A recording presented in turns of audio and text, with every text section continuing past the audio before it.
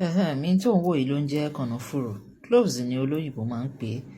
Fún gbogbo ìwọ tó bá láǹfààní láti rí cloves ní ìtòsí ẹ, ǹjẹ́ o mọ̀ pé o lè lò ó láti fi ṣí àwọn ilẹ̀kùn tó ti tì? Ìwọ tí ọ̀nà dí mọ́ pinpinpin, o lè lo nǹkan táwọn ń pè ní kànáfùrù tó ń wò nínú àwo yìí, o lè lò ó láti fi ṣí ọ̀nà láì mú ìnira dání. Ó kéré lójú ṣùgbọ́n iṣẹ́ tó ta lẹ́nu. In fact, màá pe eléyìí ní part 1 nínú àwọn iṣẹ́ tá lè lo kànáfùrù fún nínú ìgbésí ayé wa. A lè lò ó láti fi tú ọ̀pọ̀lọpọ̀ nǹkan ṣe. Alákọ̀ọ́kọ́ leléyìí, tó bá jẹ́ obìnrin ni ẹ́, mú 7.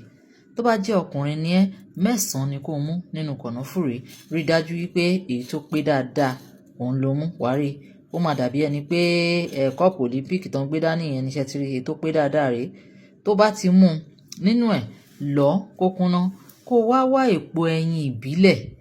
Èpo ẹyin ìbílẹ̀ kó wá lọ̀ mọ́. Tó bá ti lọ̀ mọ́, kó wá pò mọ́ ọṣẹ. Ọṣẹ èyíkéyìí ló lè pò mọ́.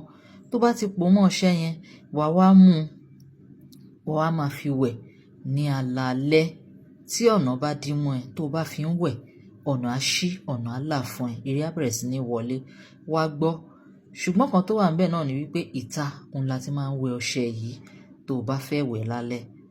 Ìta òun la ti máa ń wẹ̀. Bó bá wẹ̀, wàá rí pé ìyanu á bẹ̀rẹ̀ sí ní ṣẹlẹ̀. Bó bá tún wá fẹ́ kó tètè ṣiṣẹ́, lo omi tó lọ́wọ́rọ́ láti fi wẹ ọṣẹ yìí. Wàá dúpẹ́ lọ́wọ́ Olódùmarè ọba. Kò jù bẹ́ẹ̀ lọ, àdúrà wa gbà. Ẹ pàdé mi fún part 2 lórí iṣẹ́ tá lè lo kànáfùrù fún, cloves.